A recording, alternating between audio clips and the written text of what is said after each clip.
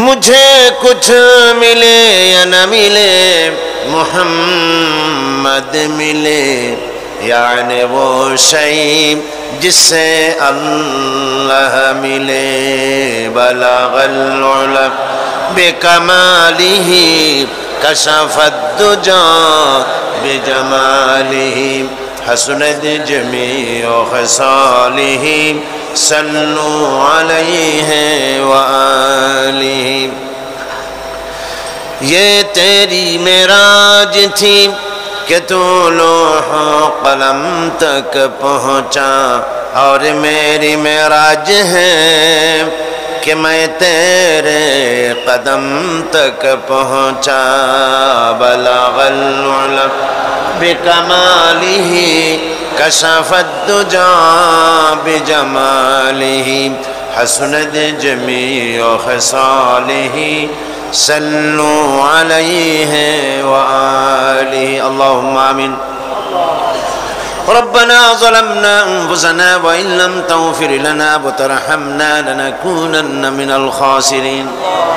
आय अल्लाह ताआला, लक्ष लक्ष मुसलमान नर नारी কয়েকবার দুরূদ ও সালাম পড়ে তোমার দরবারে হাত তুলেছি।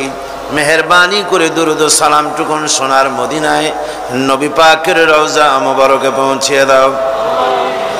तमाम পৃথিবীর মাটির নিচে যত মুমিন মুমিনাত শুয়ে আছেন তাদের আরোহার পরে সওয়াব পৌঁছিয়ে দাও রব্বুল আলামিন।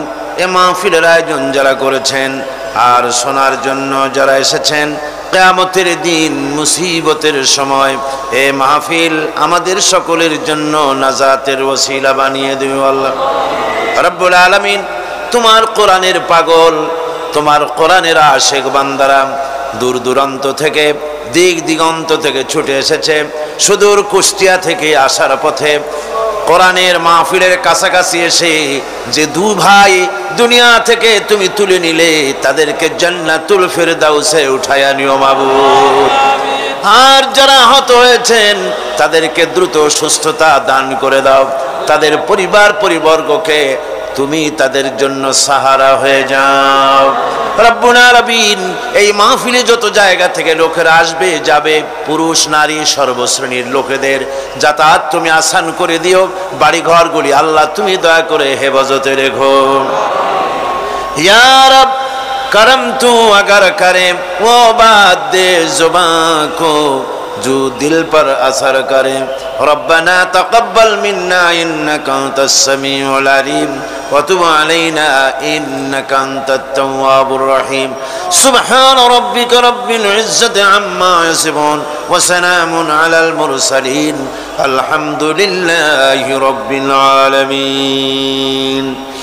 हुवल्लज़ी युसल्ली अलैकुम व मलाइकतुहु लियुखरिजकुम मिनज़ ज़ुलुमाति इलन नूर व काना बिल मुमिनीना रहीमा। সে আল্লাহ তোমাদের প্রতি রহম করেছেন, রহমত নাজিল করেছেন এবং তার ফেরেশতাগণ এই উদ্দেশ্যে যে তোমাদেরকে তিনি অন্ধকার থেকে আলোর দিকে বের করে নিয়ে আসবেন। আর তিনি হচ্ছেন মুমিনদের জন্য রহিম, অত্যন্ত দয়াবান। فأخرج به من الثمرات رزقا لكم وسخر لكم الفلك لتجري في البحر بأمره وسخر لكم الأنهار।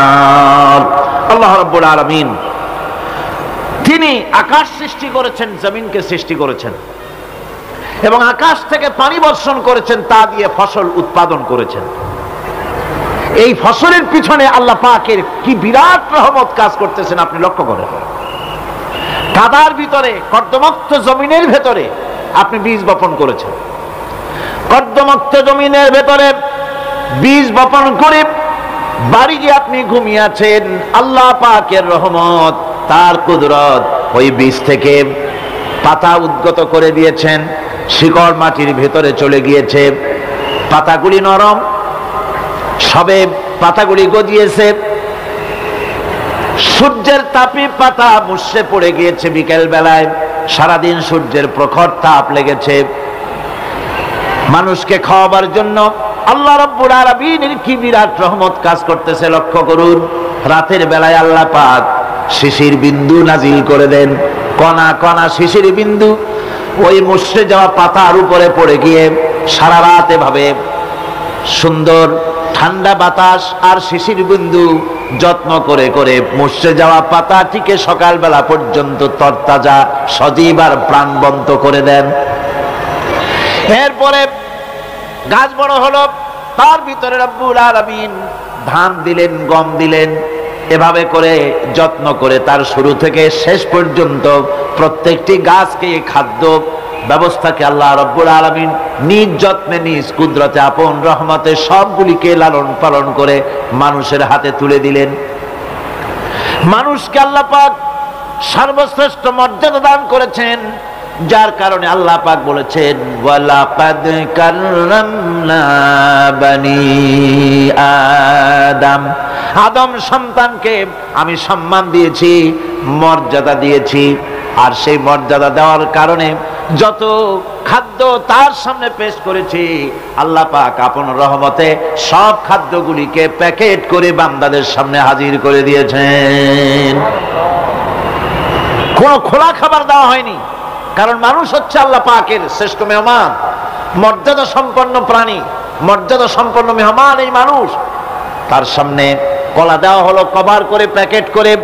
আনারস বলেন, আম বলেন, কাঁঠাল বলেন, যত রকমের ফল আল্লাহ পাক দান করলেন, বেদানা বলেন, আপেল বলেন, সমস্ত ফলগুলিকে খাবারগুলিকে আল্লাহ পাক প্যাকেট করে করে আপন রহমতে বান্দাদের সামনে হাজির করে দিয়েছেন।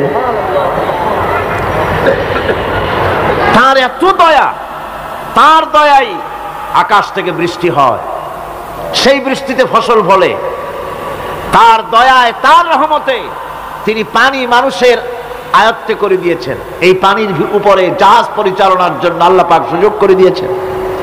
জাহাজ পরিচালনা করা হচ্ছে সমুদ্রের ভেতরে মানুষের জন্য। এভাবে করে আল্লাহ পাক সব জিনিসকে তার সুযোগের মধ্যে এনে দিয়েছেন। এরপরে আল্লাহ পাক বলছেন ওয়া আতাকুম মিন কুল্লি সালতুমুহু ওয়া ইন তাউদ্দু নি'মাতাল্লাহি লা তুহসুহা ইন্নাল ইনসানা লাযালুমুন কাফফার। আল্লাহ পাক বলেন তোমাদের প্রতি আল্লাহ পাকের দয়া, তার রহমত, তার করুণা এত বেশি, তোমাদের সকল চাহিদা তিনি পূরণ করেছেন, কোনো চাহিদা বাকি রাখেন নাই। গতকাল বলেছি রব হচ্ছেন তিনি প্রয়োজন মাফিক চাওয়ার আগে যিনি প্রয়োজন মিটিয়ে দেন, তার নাম হলো রব। আমাদের চাওয়ার আগে আমাদের যা কিছু প্রয়োজন আল্লাহ রাব্বুল আলামিন সব সাপ্লাই করেছেন। যেরকম সুবহানাল্লাহ। ওই আল্লাহ পাক বলেন ওয়া ইন তাউদ্দু নি'মাতাল্লাহি লা তুহসুহা। বান্দারে আমার নিয়ামত যদি গণনা করো, গুনতে গুনে গুনে গুনে আমার নিয়ামতকে গুনে শেষ করতে পারবা না। এত অসংখ্য নিয়ামত ছড়িয়ে ছিটিয়ে রেখেছি বিশ্ব জুড়ে, সর্বত্র সব জায়গায় আমার করুণার ছোঁয়া তোমার চোখের সামনে পড়বে। দুনিয়ায় মানুষ বাদে যত প্রাণী আছে সমস্ত প্রাণীর দিকে তাকান। মানুষের কথা তো গতকাল বলেছি। সমস্ত প্রাণীগুলি কি আল্লাহ রাব্বুল আলামিন তাদের সাথে তাদের সমস্ত জিনিস দিয়ে দিয়েছেন। এর মধ্যে কোনোটাকে আল্লাহ পাক বোঝা বহন করার জন্য কোনো প্রাণীকে তৈরি করেছেন, আবার মানুষের জন্য, জিহাদের জন্য, যুদ্ধ করার জন্য কোনো প্রাণী তৈরি করেছেন, চাষাবাদ করার জন্য প্রাণী তৈরি করে দিয়েছেন। কোরআন বলছি ওয়াল আনআমা খালাকাহা লাকুম ফিহা দিফউন ওয়া মানাফিউ ওয়া মিনহা তাআকুলুন। তিনি বিভিন্ন ধরনের জীব পয়দা করেছেন, যার থেকে তোমাদের শীতের পোশাক এবং অন্যান্য কল্যাণকর কাজ যেন তোমরা করতে পারো, সেজন্য পশুর গায়ে যে পশম দেওয়া হয়েছে, এতে পশুরও কাজ হয়। আবার এই পশমগুলি গ্রীষ্মকালে কেটে নিয়ে তাই দিয়ে মানুষের শীতবস্ত্র তৈরি করা হচ্ছে। আপনার গায়ের, আপনার গলার মাফলার, আপনার সোয়েটার, আপনার চাদর, আপনার কম্বল, এগুলি আল্লাহ পাক তৈরি করার জন্য দুনিয়ার যত প্রাণী তৈরি করেছেন, প্রাণীগুলির গায়ে, চতুষ্পদ জন্তুর গায়ে পশম দিয়ে, সেগুলি দিয়ে এগুলি তৈরি করার ব্যবস্থা করেছেন। আবার আল্লাহ রাব্বুল আলামিন বলেন, ওয়ালাকুম ফিহা জামালুন হিনা তুরিহুনা ওয়া হিনা তাসরাহুন। যখন সেগুলি মাঠে সকাল বেলায় চড়তে নামে, আবার বিকেল বেলায় যখন পালবদ্ধ হয়ে বিকেল বেলায় যখন ঘরে ফেরে, তখন দেখার এক সৌন্দর্য এমন হয় যা সত্যি উপভোগ্য। লক্ষ্য করে দেখবেন, এগুলি শহরে কম দেখা যায়, গ্রাম্য অঞ্চলে মাঝে মধ্যে যাবেন, গ্রামের লোকই আপনারা অধিকাংশ এখানে আছেন, আপনারা দেখবেন সকাল বেলায় যখন পালে পালে গরু, ছাগল, মহিষ ইত্যাদি যেতে থাকে, সকাল বেলায় সূর্য যখন উঠে সেই সময় যখন এগুলি যেতে থাকে, তখন তার দেখার একটা দৃশ্য দারুণ লাগে। আবার যখন সন্ধ্যা বেলায় গোধূলি লগ্নে যখন সূর্য লাল হয়ে পশ্চিম দিগন্তে অস্তমিত হতে যায়, তখন শত শত গরু, ভেড়া, ছাগল পাল ধরে মাঠের মধ্য দিয়ে যখন বাড়ির দিকে রওনা করে, আল্লাহ পাক বলেন এই দৃশ্য অত্যন্ত উপভোগ্য। যারা সত্যি এগুলি দেখে, উপভোগ করে, তারা বুঝতে পারে যে আল্লাহ পাকের নিয়ামত সব দিকেই আল্লাহ পাক এভাবে ছড়িয়ে রেখেছেন। এভাবে করে ওয়াতাহমিলু আসফালাকুম ইলা বালাদিন লাম তাকুনু বালিগিহিম ইল্লা বিশাক্কিল আনফুস। আল্লাহ পাক বলেন, এভাবে করে আমি জন্তু জীব তৈরি করেছি যারা তোমাদের বোঝাগুলি এক শহর থেকে আর এক শহরে, এক গ্রাম থেকে আর এক গ্রামে বোঝাগুলি বহন করে নিয়ে যায়। এভাবে আমি যদি চতুষ্পদ জন্তু তৈরি না করতাম, তোমরা নিজেরা ঘাড়ে করে, পিঠে করে এ বোঝাগুলি বহন করা বড়ই কষ্টসাধ্য হয়ে যেত। উটের পিঠে করে, গাধার পিঠে করে, গরু গাড়ি বানায়া, হাতির পিঠে করে, কত বিরাট বিরাট বোঝা, টনকে টন বোঝা এভাবে পশু দিয়ে টেনে নেওয়া হয়। আল্লাহ পাক বলছেন এগুলি আমার রহমত। এরপরে এই পশুর ভিতরে হালাল বস্তু তৈরি করে তোমার খাবারের ব্যবস্থা করেছি। ওয়া ইন্না লাকুম ফিল আনআমি লাইবরা নুসকিকুম মিম্মা ফি বুতুনিহি মিন বাইনি ফারসিন ওয়া দামিন লাবানান খালিসান সাইগান লিশশারিবিন। তোমাদের চতুষ্পদ জন্তুর মধ্যে দেখবে বুদ্ধিমান, দূরদৃষ্টি সম্পর্ক লোক যারা, তাদের জন্য আমি এর মধ্যে নিদর্শন রেখেছি। তোমাদের দুগ্ধবতী গাভীগুলি, যার দ্বারা তোমরা দুধ পাও, এগুলি জমিনের ঘাস খেলো, খড় খেলো, আর এর দ্বারা রক্ত তৈরি হলো, পায়খানা তৈরি হলো, পেশাব তৈরি হলো, পাশাপাশি রাস্তা দিয়ে পরিষ্কার সুস্বাদু দুধ আমি আল্লাহ রাব্বুল আলামিন তোমাদের জন্য দান করেছি। এত নিয়ামত আল্লাহ পাক দিলেন, আল্লাহ পাকের বিনিময় কিছুই চান নাই। কিছু চাইছেন নাকি? বলেন, কিছু চেয়েছেন? কিছুই চান না। দেখেন, এই যে ঠান্ডা মৌসুম চলছে, এখন কি মৌসুম? শীতের মৌসুম। এই পৃথিবীটাকে আমরা, আমাদের একটা রুমকে যদি ঠান্ডা করতে চাই, তাহলে আমরা কি লাগাই? রুমে এসি লাগাই। প্রত্যেক মাসে বিল দেওয়া লাগে না লাগে না? বিল দিতে হয়। একটা রুম এসি দিয়ে ঠান্ডা করতে প্রত্যেক মাসে 500, 1000, 2000, 2500 রুম হিসাবে এর ভাড়া দেওয়া লাগে, এর চার্জ দিতে হয়। এত বড় বিশ্বটা আল্লাহ পাক ঠান্ডা করে ফেলেছেন। কত বড় এসি প্লান্ট আল্লাহ পাকের, সুবহানাল্লাহ। কত বড় এসি আল্লাহ ছেড়ে দিয়েছেন। এখন ডিজেল জ্বালায় আগুন তৈরি করেন, কাঠ জ্বালায় আগুন তৈরি করেন। পৃথিবীর মানুষের হাতে আগুন জ্বালাবার, উত্তাপ সৃষ্টি করার যত রকমের টেকনোলজি আছে, সব যদি একত্রিত করা হয়, সূর্য প্রতি সেকেন্ডে যে তাপ বিকিরণ করে পৃথিবীর জন্য, সারা পৃথিবীর সমস্ত মানুষ এক জায়গায় হইয়া কিয়ামত পর্যন্ত প্রচেষ্টা করিও ওই 1 সেকেন্ডের তাপ তৈরি করতে পারবে? পারবে না। সুতরাং আল্লাহ রাব্বুল আলামিন তিনি বিরাট নিয়ামত রেখেছেন সব জিনিসের মধ্যে। এই নিয়ামতগুলি বুঝতে হবে, এগুলি বুঝতে হবে। এই জন্য আল্লাহ রাব্বুল আলামিনের নবী বলেছেন, আল্লাহর সৃষ্টি জগতের উপরে, তার সৃষ্টি নৈপুণ্যতার উপরে কেউ যদি গবেষণা করে, চিন্তা করে 1 ঘন্টা, আল্লাহ পাক তার আমলনামায় 60 বছরের নফল ইবাদতের সওয়াব লিখে দিবেন। কি সোজা কথা। চিন্তা করতে হবে, গবেষণা করতে হবে আল্লাহ পাক কি নিয়ামত দিয়েছেন। ওয়ামা বিকুম মিন নি'মাতিন ফামিনাল্লাহ। যত নিয়ামত আমরা পেয়েছি সব কার কাছ থেকে? জোরে সোরে চিল্লায় কোন কার কাছ থেকে? সমস্ত নিয়ামত এসেছে আল্লাহ পাকের কাছ থেকে। আল্লাহ রাব্বুল আলামিন বলেন তিনি হচ্ছেন রহমান।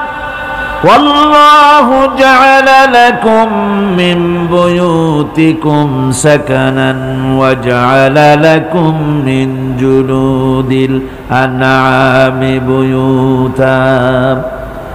আল্লাহ পাক বলছেন তোমাদের জন্য তোমাদের ঘর সমূহকে আল্লাহ পাক স্থিতি লাভের, স্বস্তি শান্তি লাভ করার জন্য আল্লাহ পাক একটা স্থান করে দিয়েছেন, জায়গা করে দিয়েছেন। আমরা যে ঘর বানাই, এই ঘর বানাবার পেছনে আল্লাহ পাকের কত বড় নিয়ামত।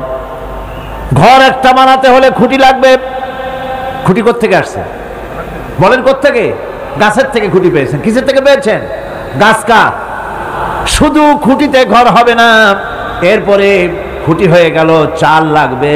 চাল দেবেন কি দিয়ে? খড় দিয়া দেন, টিন দিয়া দেন, টালি দিয়া দেন, যা দিয়া দিবেন সেটা হচ্ছে কার? জোরে কর। শুধু খুঁটি আর চাল হলে হবে না, বেড়া লাগবে, দরজা লাগবে, জানালা লাগবে, যা কিছু দরকার। আল্লাহ বলেন তোমার এই শান্তির ঘরটার পেছনে আমার নিয়ামত, আমার রহমত কাজ করেছে। আবার শীত প্রধান দেশে যেখানে বিল্ডিং এও কাজ হবে না, যেখানে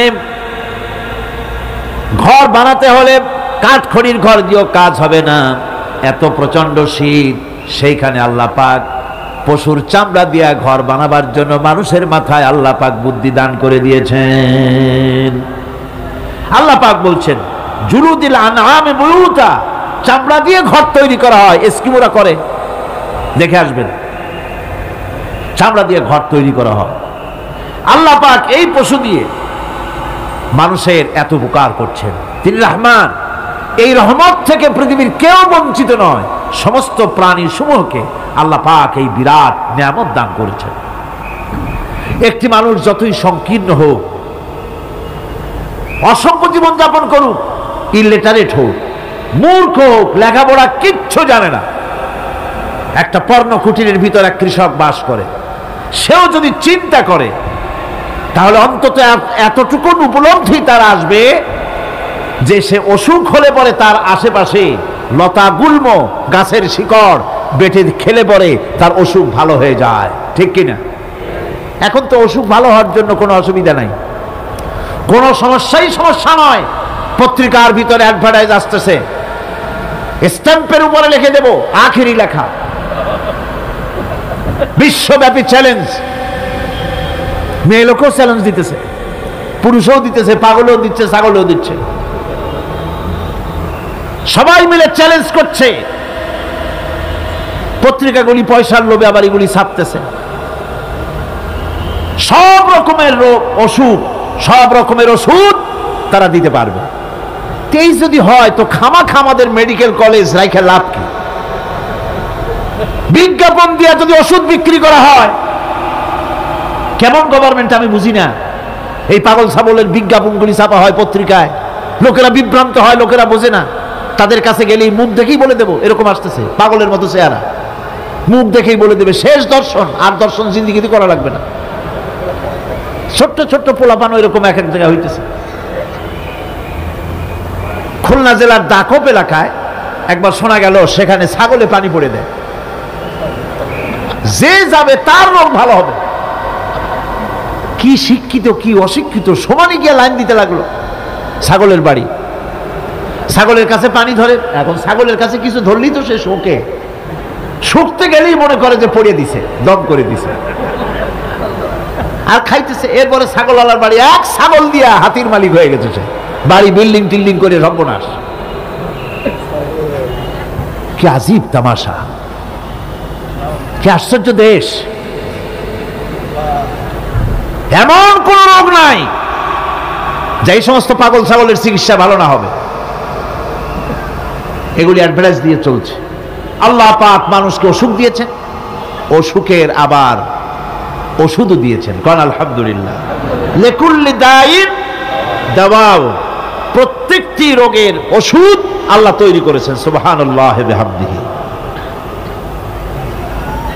কালো জিরা সম্পর্কে রাসূল করিম সাল্লাল্লাহু আলাইহি সাল্লাম বলেছেন, হাদিহি হাব্বাতুস সাওদা, এটা হচ্ছে কালো দানা।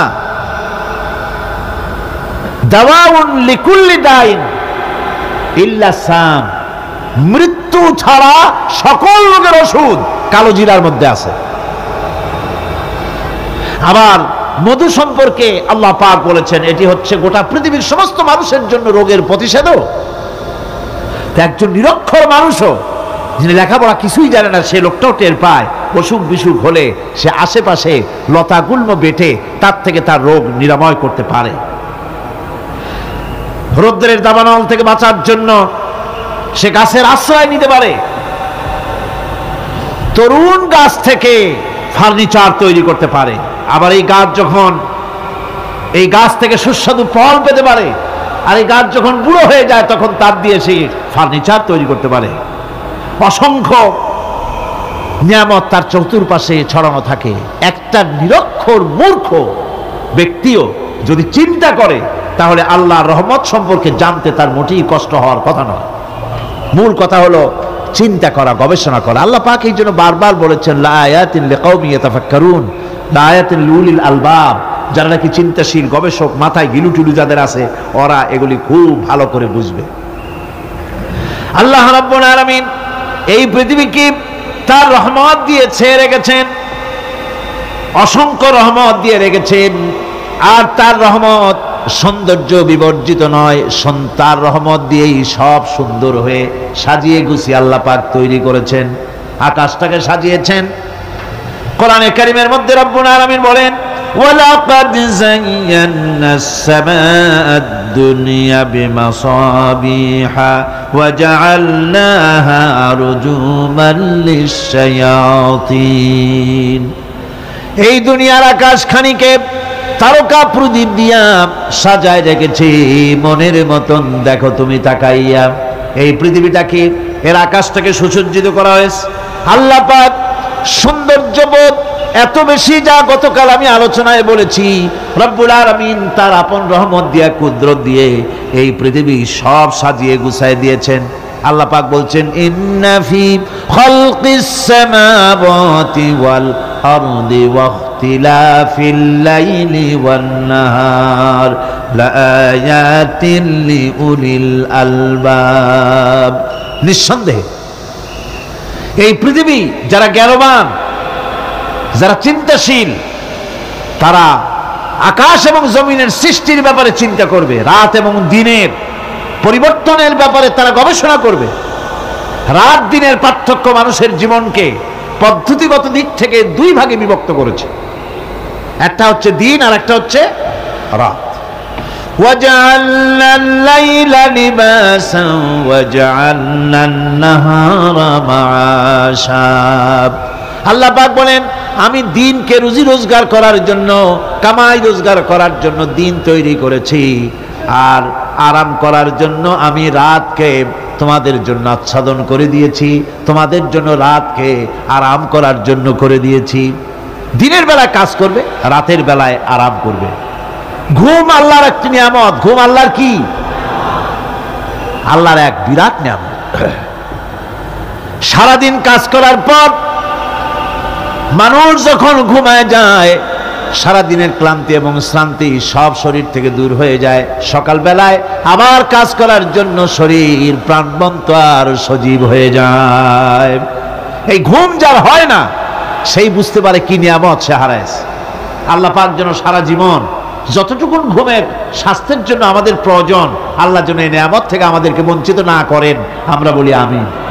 ঘুমের জন্য মানুষ ঘুমাইতে না পারলে পাগল হয়ে যায়। কি বিরাট নিয়ামত এই ঘুম আল্লাহ পাক মানুষকে দিয়েছে। আমার বন্ধুগণ,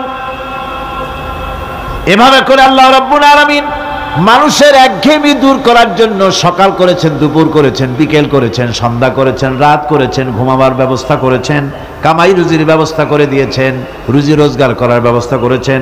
সব কিছু তিনি রহমান বলে, তিনি দয়াবান বলে মানুষের সব প্রয়োজন আল্লাহ পাক মিটিয়ে দিয়েছেন। আল্লাহ সুবহানাহু ওয়া তাআলা তিনি বলছেন, আমার রহমতেই পৃথিবীর মাটি থেকে তোমাদের ফসল উৎপাদিত হয়। তোমরা দেখো, আফারাআইতুম মা তাহরুসুন আআনতুম তাজরাউনাহু আম নাহনুজ জারিউন। জমিন থেকে ফসল কে উদ্গত করে? উদ্ভিদকে কে গজায়? তুমি গজাও না, আমি গজাই। আল্লাহ পাক বলেন, সমস্ত উদ্ভিদগুলি আমি তোমাদের জন্য গজায় দেই, উঠায় দেই।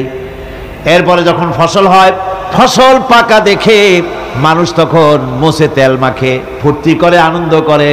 এবার ফসল খুব ভালো হয়েছে, ভালো করে গান দেব। মানুষেরাই চিন্তা করে, বেশি ফসল হয়েছে, গান বাজনা, থিয়েটার, গুনাগার বিবির গান, এগুলি ভালো করে শুনতে হবে। গাছে কাঁঠাল, গোপে তেল, জমিনে ফসল, মোষে তেল মাখে আনন্দ করে যে গান বাজনা করবে। আল্লাহ পাক বলেন, দেখো, লাউ নাশাউ জাআলনাহু হুতামান ফাযালতুম তাফাক্কাহুন। যদি আমি ইচ্ছে করি তাহলে তোমার ফসলকে আমি কুটায় পরিণত করে দিতে পারি, তখন তো তুমি নিজের কপালে করাঘাত করবে আর বলবে, আহারে মাহরুম হয়ে গেলাম, বঞ্চিত হয়ে গেলাম।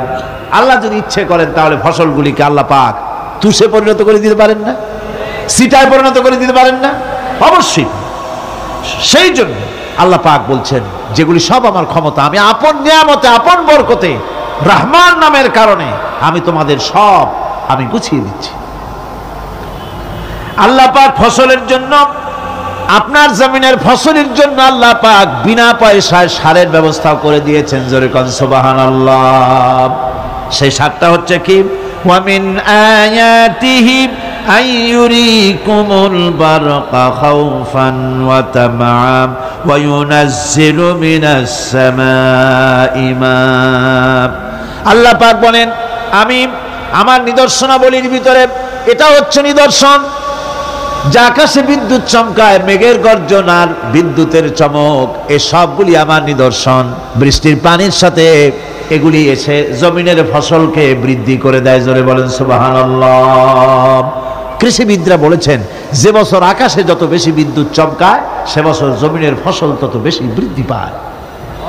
বিনা পয়সায় এ ধরনের আল্লাহ পাক ব্যবস্থা করে দিচ্ছেন।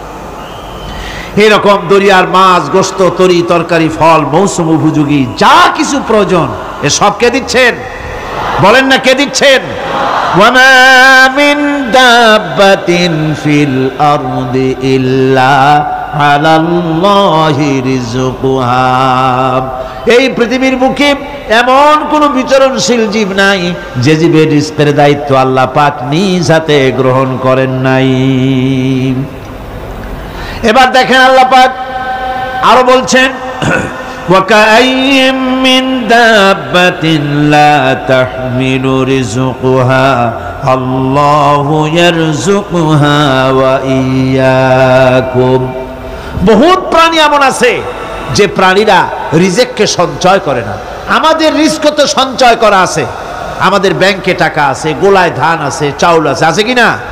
কম থাকুক বেশি থাকুক, আছে তো। কিন্তু পৃথিবীতে এমন বহু প্রাণী আছে যাদের কোনো সঞ্চয় নাই। এই ধরনের অসংখ্য প্রাণীকে আল্লাহ রাব্বুল আলামিন বলেন, এ ধরনের অসংখ্য প্রাণীকে আমি আল্লাহ রাব্বুল আলামিন তাদের খেতে দেই। সকালবেলায় খালি পেট নিয়ে সমস্ত প্রাণীগুলি ঘর থেকে বেরিয়ে যায়, পানি থেকে, গর্ত থেকে, জঙ্গল থেকে সব বেরিয়ে গেল ক্ষুধার্ত পেটে। আবার বিকালবেলা পর্যন্ত সারাদিন তাদের আহার জোগাড় করে তাদের পেট ভরাইয়া সবগুলিকে আপন আপন গৃহের মধ্যে আমি আল্লাহ ফিরায় দেই। সেই জন্য আল্লাহ পাক বলছেন, ইয়া আইয়ুহান নাসু যকুরু নি'মাতাল্লাহি আলাইকুম হাল মিন খালিকিন গায়রুল্লাহ ইয়ারযুকুকুম মিনাস সামাই ওয়াল আরদ লা ইলাহা ইল্লা হুয়া ফাআন্না তুফাকুন। হে মানব সকল, স্মরণ করো আল্লাহ পাকের সেই নিয়ামতের কথা, যে নিয়ামত ওই আল্লাহ ছাড়া কে আছে, যে তোমাকে আকাশ থেকে রিজকের ব্যবস্থা করেন, যিনি তোমাকে খাওয়ার দাওয়ার ব্যবস্থা করেন। তিনি ছাড়া কেউ নাই এই পৃথিবীর বুকে, আকাশে এবং জমিনে। তিনি এক এবং একক। ওয়া ইলাহুকুম ইলাহুন ওয়াহিদ লা ইলাহা ইল্লা হুয়ার রাহমানুর রহিম। তিনি হচ্ছেন তোমাদের ইলাহ, তিনি এক, তিনি একক। সুতরাং তিনি হচ্ছেন পরম দাতা এবং বিশেষ নিয়ামত যিনি দেন, পরম দাতা এবং দয়ালু। কোরআনে কারিমে যখনই আমরা বলেছি আলহামদুলিল্লাহি রাব্বিল আলামিন, আল্লাহ পাক খুশি হয়েছে। প্রশ্ন হয়েছে তার কি আরো কোন গুণ আছে? জবাবে বলেছি আর রহমানির রহিম, তিনি পরম দাতা, তিনি দয়ালু। সুবহানাল্লাহি ওয়া বিহামদিহি, তিনি রহিম। পরকালে কিয়ামতের ভয়াবহ দিনে বান্দার জন্য তিনি রহিম হবেন। দুনিয়ায় তো অবারিত উন্মুক্ত হস্তে সকলকে দিচ্ছেন, আর কিয়ামতের দিন আল্লাহ পাক রহিম হবেন তার বান্দাদের জন্য। কোরআন বলছে তিনি হচ্ছেন রহমান, মানুষের জন্য তিনি রহমত দেন। তার দয়া অফুরন্ত, এত দয়া যে তিনি যদি প্রত্যেক কথায় কথায় আমাদেরকে শাস্তি দিতেন তাহলে আমাদের বাঁচার কোনো পথ ছিল না। ঠিক কিনা কন? কোরআনে কারিমে আল্লাহ পাক বলেছেন ওয়ামা আসাবাকুম মিন মুসিবাতিন ফাবিমা কাসাবাত আইদিকুম ওয়া ইয়াফু আন কাসীর। তোমাদের উপরে যত বিপদ আসে, সমস্ত বিপদগুলি তোমাদের হাতের কামাই করা, নিজেদের রোজগার করা, তোমাদের নিজেদের হাতের কামাই করা। ওই হাতের কামাই করার কারণে সেগুলির জন্য যে আযাব হওয়া উচিত ছিল, আমি অনেকগুলি ক্ষমা করে দেই, আমি অনেকগুলি ক্ষমা করে দেই। সব তোমাদের হাতের কামাইয়ের জন্যই বিপদ হয়, আর অনেকগুলি তো আমি ক্ষমা করে দেই। কথায় কথায় যদি প্রত্যেকটা ব্যাপারেই শাস্তি দিতাম তাহলে পৃথিবীতে শ্বাস ফেলার সময় তোমরা পেতে না। আল্লাহ পাক হচ্ছেন সেজন্য রহমান, আর তিনি রহিম কিয়ামতের দিনের জন্য। এই পৃথিবীতে মানুষ গুনাহ করা স্বাভাবিক, গুনাহ করা স্বাভাবিক কিনা কন? সব মানুষই গুনাহ করে। এই গুনাহগার যত বড় গুনাহগার হোক না কেন, গুনাহগার যখন তওবা করে, তওবার অনুভূতি যখন আসে এবং সে যখন অনুশোচনা করে, তখন তার অপরিসীম দয়া সেই অনুশোচনাকে কবুল করে নেয়। অনুশোচনার এক বিন্দু অশ্রু গুনাহগারের অনাচারের সমস্ত দাগ মুছায় দেয়। মনে হয় যেন তার আমলনামায় কোনো দাগই ছিল না। সুবহানাল্লাহ। এই জন্য বলা হয়েছে তাইবু মিনাজ যামবি কামান লা যামবা লাহু। গুনাহ থেকে যে তওবা করে মনে হবে তার সে কোনো গুনাহই করেই নাই, কোনো গুনাহই করে নাই। আমার বন্ধুগণ, আল্লাহ পাক কেমন রহিম! এই পৃথিবীতে মানুষ যত অপরাধ করে, সেই অপরাধ বাপের সাথে করুক, মায়ের সাথে করুক, ওস্তাদের সাথে করুক, পীরের সাথে করুক, অপরাধ করলে পরে কেউ বলে না যে কাছে আয় ক্ষমা করে দেই। কেউ বলে নাকি? কেউ বলে না। আল্লাহ পাক কেমন রহমান, এমন রহিম। বান্দা যখন গুনাহ করে আল্লাহ পাক গুনাহগারদেরকে ডাকেন, চুরি করেছিস, গুনাহ করেছিস, মদ খেয়েছিস, জিনা করেছিস, জুয়া খেলেছিস, হত্যা করেছিস, কুফরি করেছিস, শিরক করেছিস, যত রকমের পাপ করিস না কেন, ফিরে আয়, ফিরে আয়, চোখের পানি ফেল, আমি আল্লাহ রব্বুল আলামিন মাফ করে দেব। কোরআনে কারীম বলছে ইল্লা মান তাবা ওয়া আমানা ওয়া আমিলা আমালান সালিহান ফাউলাইকা ইউবাদদিলুল্লাহু সাইয়্যাতিহিম হাসানাতিন ওয়া কানাল্লাহু গফুরার রহিমা। কিন্তু যে ব্যক্তি তওবা করেছে এবং ঈমান এনে পরবর্তীকালে ভালো কাজ করেছে, তাদের মন্দ কাজগুলি আল্লাহ পাক ভালো কাজ দিয়ে বদলায় দিবেন। এত বড় একটা কথা শুনে সুবহানাল্লাহ মুখ থেকে বেরোলো না? গুনাহগার যত গুনাহ করেছে সে যদি তওবা করে, ওই সব গুনাহ যদি না করে, তার সাইয়্যাতগুলি আল্লাহ পাক হাসানাত দিয়ে বদলায় দিবেন। মানুষেরা চুরি করে, ডাকাতি করে, জেনা ব্যভিচার করে, যা কিছুই করে থানায় ধরা পড়ে। থানায় ধরা পড়লে তারপরে তার বিরুদ্ধে চার্জশিট হলো, এরপরে তার জেল হলো, ছাড়া পেল, আবার অন্যায় করলো, আবার ধরা পড়লো, যতবার জেল হলো ততবার ছাড়া পেল, কিন্তু থানায় দাগী আসামিদের খাতায়, চোরের খাতায়, ডাকাতের খাতায় নামটা তার মোছা হয় না, থানায় নামটা থেকেই যায়। কিন্তু আল্লাহ রাব্বুল আলামিন এমন এক বিচারক, এমন রহমান, এমন রহিম। মানুষ যদি গুনাহ করে, যত বড় গুনাহ করুক, এই গুনার পরে সে যদি অনুশোচনা করে, তওবা পড়ে, গুনাহ থেকে যদি ফিরে থাকে, আর যদি সেই গুনাহ না করে, আল্লাহ পাক বলেন শুধু মাফ করি না, গুনার খাতায় যে নামটা ছিল নামটাও আমি আল্লাহ মুছে ফেলে দেই। এই হচ্ছে রহমান, এই হচ্ছে রহিম, এই হচ্ছে তার অফুরন্ত দয়া, যে দয়ার কোনো শেষ নাই। এক্ষেত্রে আল্লাহ রাব্বুল আলামিন তার দয়া ও ক্ষমার বিশাল ব্যক্তির কথা উল্লেখ করেছেন, যার কোনো সীমা নাই।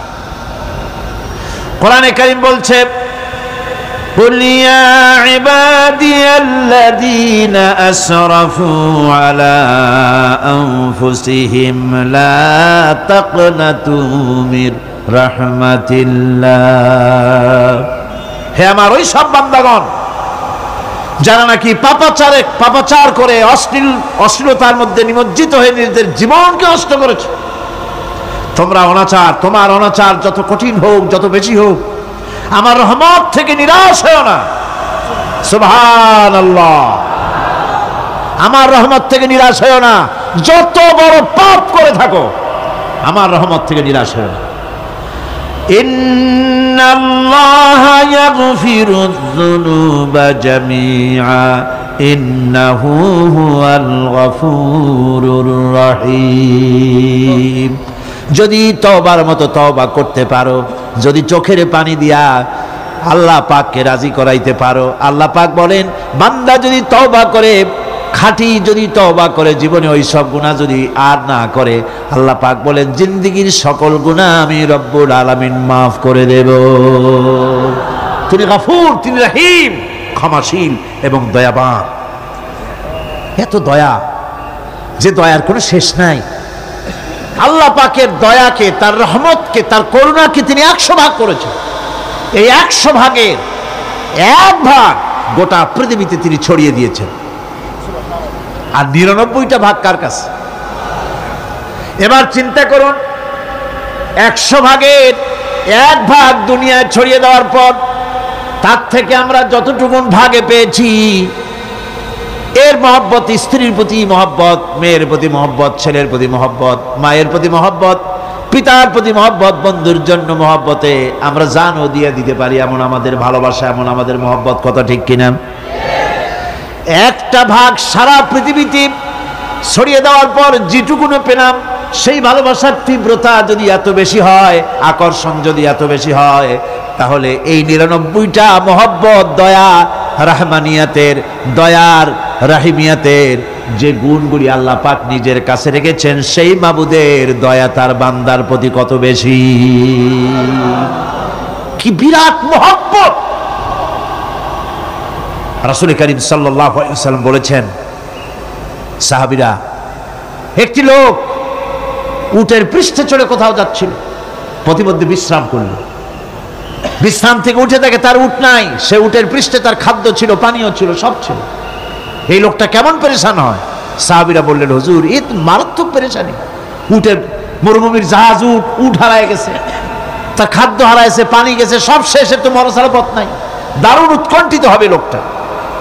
হুজুর বলেন, এই লোকটি পেরেশান হয়ে আস, এমন সময় দেখতে পেল তার সেই উট তার খাদ্য আর পানীয় নিয়ে তার কাছে ফিরে এসেছে। বলো কেমন খুশি হয়?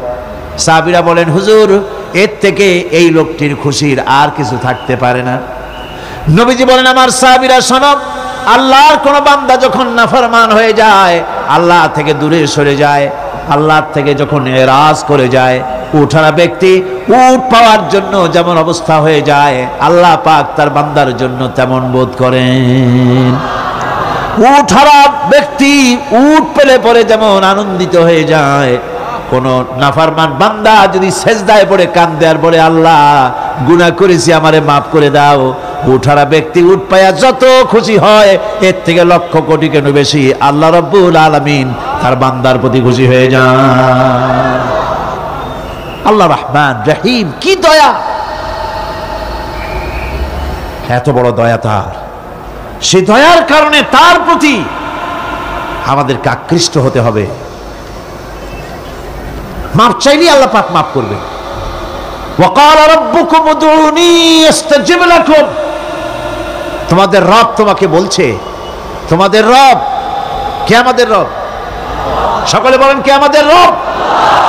সে আল্লাহ আমাদেরকে বলছেন, তোমাদের রব বলছেন আমাকে ডাকো, আমি ডাকে সাড়া দেব। সুবহানাল্লাহ। এরকম একটা অনুভূতি আমার নিজের হয়েছিল, আমার নিজের একটা অনুভূতি। কাবা শরীফের ভিতরে যখন আল্লাহ পাক আমাকে প্রবেশের সুযোগ দিয়েছিলেন কাবা শরীফের মধ্যে, তখন তার রসমে কাবা নাই। কাবার ভেতরে ঢুকলে তখন চতুর্দিক কিবলা, চতুর্দিকে ফিরে দুরাকাত না করে নামাজ পড়লাম। সেজদা দেওয়ার সুযোগ হলো, সেজদায় পড়ে এমন কান্না শুরু হলো দম আটকে যাওয়ার মতো, শুধু কাঁপতেই থাকলাম। আধা ঘন্টা চলে গেল সেজদার ভেতরে। এরপরে আমার চিন্তা হলো, হুঁশ হলো যে আমি এতক্ষণ এখানে সেজদায় পড়ে আছি, আরো তো মেহমান এর মধ্যে ঢুকবে। কিছু রাষ্ট্রীয় মেহমান ছিল, দুনিয়ার বিভিন্ন দেশ থেকে তারা দাওয়াত দিয়েছিল। তো সেই মেহমানরা ঢুকতে পারবে না, এর মধ্যে 18-20 জনের বেশি লোক ধরে না। তা আমি অন্যের হক বোধহয় নষ্ট করছি, এই অনুভূতি না আসলে আমি কতক্ষণ সেজদায় পড়ে থাকতাম আল্লাহই জানে। আমি যখন সেজদা থেকে মাথা তুললাম, দরজার দিকে যখন তাকিয়েছি, ঠিক আমার চোখটা গিয়ে পড়লো দরজার সেই অংশে যেখানে লেখা আছে ওয়াকাল রাব্বুকুম উদউনি আস্তাজিব লাকুম। আমি আবার ফুফায় কাল্লাম, আল্লাহ আমি আমার দায়িত্ব পালন করেছি, আমি তো আমার রবকে ডেকেছি। আল্লাহ তোমার গোলামের কথা তুমি শোনো, এটা আল্লাহর ওয়াদা। বান্দা কান আমার কাছে চোখের পানি ফেল। রাসূল করিম সাল্লাল্লাহু আলাইহি সাল্লাম বলেছেন আল্লাহ পাকের দরবারে দুইটা ফোঁটা বেশি কবুল, বেশি মঞ্জুর, বেশি প্রিয়। একটি হচ্ছে জিহাদের ময়দানে যে রক্ত ফোঁটা পড়ে সেই রক্ত ফোঁটা, আর একটি হচ্ছে আল্লাহর ভয়তে চোখ থেকে যে পানি ফোঁটা পড়ে, এটি আল্লাহর কাছে দারুণ প্রিয়। গুনার কারণে কলবের ভিতরে কলব জং আলুদা হয়ে গিয়েছে, গুনার কারণে কলব তো নষ্ট হয়ে গিয়েছে, জং পড়ে গেছে। জং বোঝেন না? বোঝেন না? হ্যাঁ, মরিচা। মরিচা জং হচ্ছে মরিচা, লোহায় মরিচা পড়ে। গুনাহ করতে করতে কলবের মধ্যে মরিচা পড়ে যায়। এই মরিচা উঠাইতে চান? মরিচা যদি ওঠে, কোরআন শুনবেন মজা লাগবে, গান শুনলে গা জ্বলে উঠবে, ওয়াজ শুনবেন, হাদিস শুনবেন ভালো লাগবে, অন্য আজে বাজে কথা পছন্দ হবে না। এই কলবের জং যদি উঠে যায়, কোরআন তেলাওয়াত করবেন মজা লাগবে, জিকির করবেন মজা লাগবে, নামাজ পড়বেন মজা লাগবে, আল্লাহ পাকের দরবারে হাত তুলবে তো চোখ থেকে দরদর করে পানি বেরোতে থাকবে। চোখে পানি আসে না, কারণ কলব তো জাঙ্গালুদা হয়ে গিয়েছে, এটা মরিচা পড়ে গিয়েছে। আমি জিজ্ঞেস করতে চাই, কলবের এই জং, এই মরিচা কি আপনারা উঠাতে চান?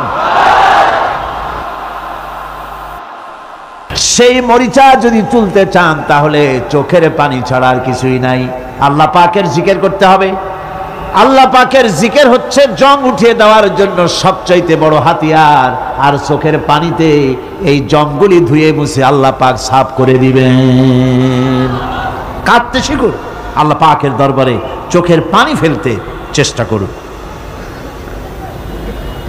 কিয়ামতের দিন আল্লাহ পাক যদি রহিম না হন, বাঁচার কোনো উপায় নেই। বাঁচার উপায় আছে?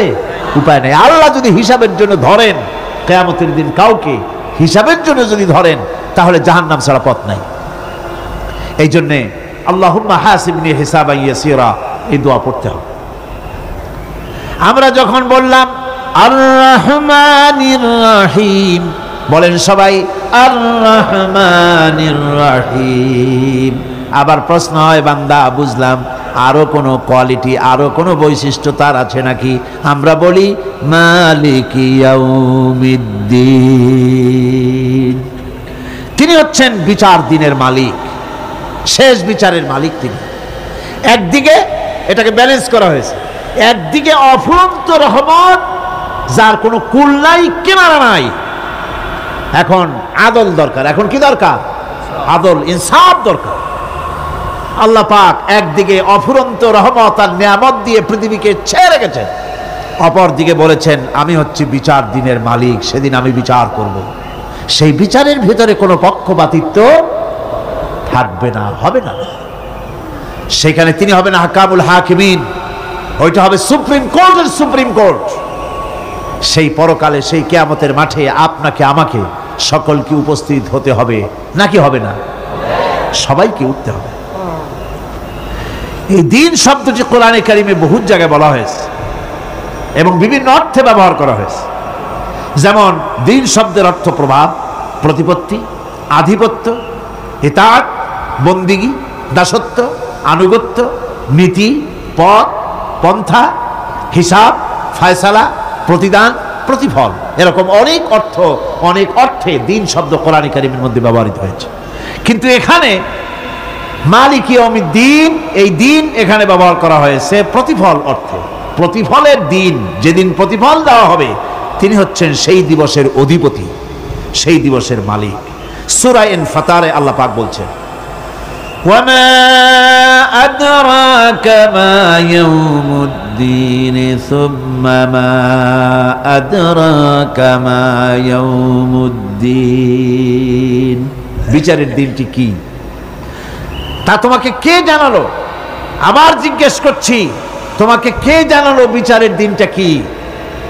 আল্লাহ পাক জবাবে বলছেন বিচারের দিনটা হচ্ছে ইয়াউমা লা তামলিকু নাফসুন লিনাফসিন শাইআন ওয়াল আমরু ইয়াউমা ইযিন লিল্লাহ।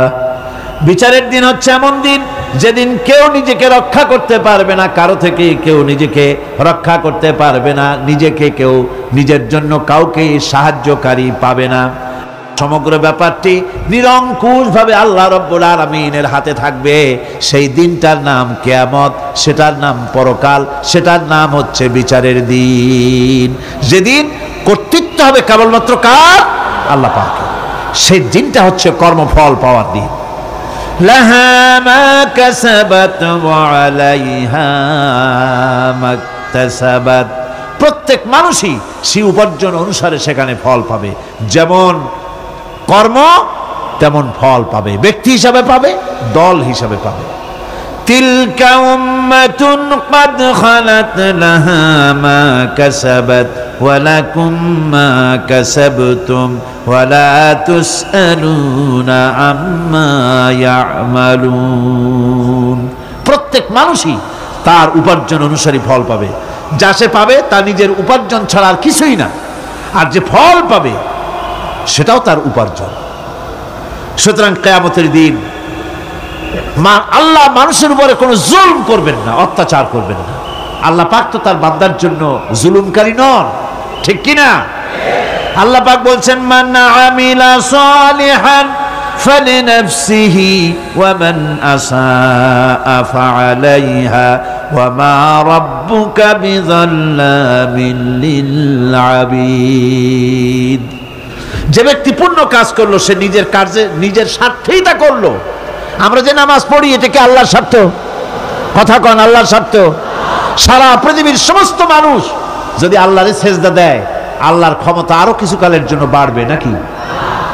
সমস্ত মানুষ যদি আল্লাহকে অস্বীকার করে, বিদ্রোহী ঘোষণা করে, বিদ্রোহ ঘোষণা করে, তাতে কি আল্লাহর ক্ষমতা শেষ হয়ে যাবে? নাউযুবিল্লাহি মিন যালিক। যেমন ছিলেন তেমনই থাকবেন। সুতরাং আমরা যা করি, আমরা নামাজ পড়ি নিজেদের জন্য, আল্লাহকে খুশি করার জন্য, কিন্তু কল্যাণটা আমার। কল্যাণটা কার? আমার। রোজা, হজ, যাকাত, তেলাওয়াত যা করি সব আল্লাহকে খুশি করার জন্য, কিন্তু স্বার্থ পুরাটাই আমার, আমার কল্যাণের জন্যই আমি করি। এবং আল্লাহ হচ্ছেন তিনি তোমাদের রব। ওমা রব্বুকা বিযাল্লামিল লিল আবিদ, তোমাদের রব হচ্ছেন তিনি যিনি বান্দাদের উপরে কখনো অত্যাচার করেন না, জুলম করেন না, মেহেরবানি দিয়ে যিনি ছেয়ে রাখেন তিনি হচ্ছেন আল্লাহ পাক। সুতরাং সেই কিয়ামতের মাঠে আল্লাহ পাকের দরবারে আমাদের সকলকেই উঠতে হবে, আল্লাহ পাকের দরবারে আমাদের সামনে আল্লাহ পাকের সামনে দাঁড়াতে হবে। সেদিন আমাদেরকে কেউ বাঁচাতে পারবে না।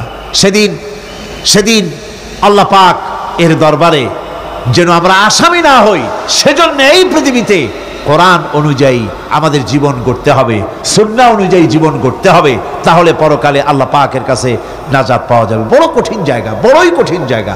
আপনি ইউরোপে যান, আমেরিকায় যান, যেখানেই যান না কেন, বিদেশে গেলে সেখানে বন্ধু বান্ধব আছে, ফরেন কারেন্সি সংগ্রহ করে যেতে হয়। আর যদি বন্ধু বান্ধব না থাকে তাহলে ফরেন কারেন্সি তো সংগ্রহ করে নিয়ে যাবেনি, সেটা দিয়ে আপনার উপকার হবে। কিন্তু এমন একটা দেশে আমরা যাব, আমাদের সকলকে যেতে হবে, ওই দেশটার নাম কি? পরকাল। ওটার নাম কি?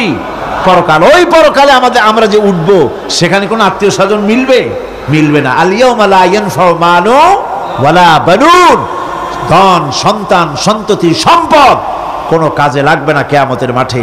সেদিন আমাদের উঠতে হবে খালি হাতে, সেখানে উঠতে হবে। কোনো ফরেন কারেন্সি দিয়ে কাজ হবে না, বন্ধু বান্ধব মিলবে না, কারেন্সিও মিলবে না। এমন একটা কঠিন জায়গা যেখানে মাথার উপরে হবে প্রচণ্ড সূর্যের কিরণ, পায়ের তলে হবে তামার মতো জমিন, সমস্ত মাঠ জুড়ে শুধু মানুষ চিল্লাবে, কাঁপতে থাকবে, চিল্লাইতে থাকবে, উলঙ্গিনী হয়ে কিয়ামতের মাঠে মানুষ আল্লাহর দরবারে উঠবে। হযরত আয়েশা সিদ্দিকা রাদিয়াল্লাহু তাআলা আনহা বলেছেন, হে রাসূল, তাহলে কি মানুষের শরম করবে না?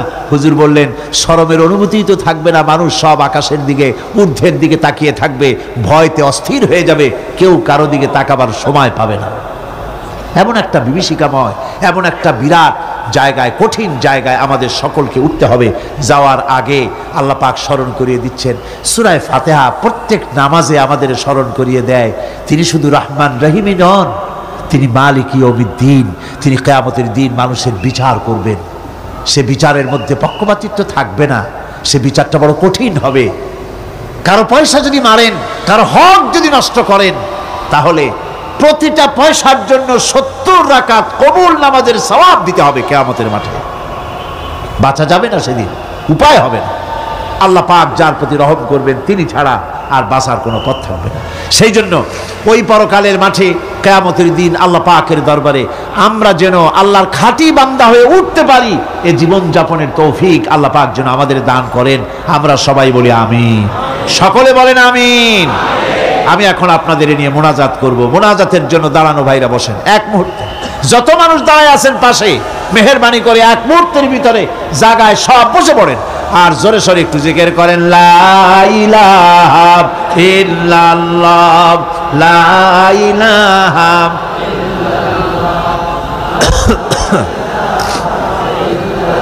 আগে দেন নাই।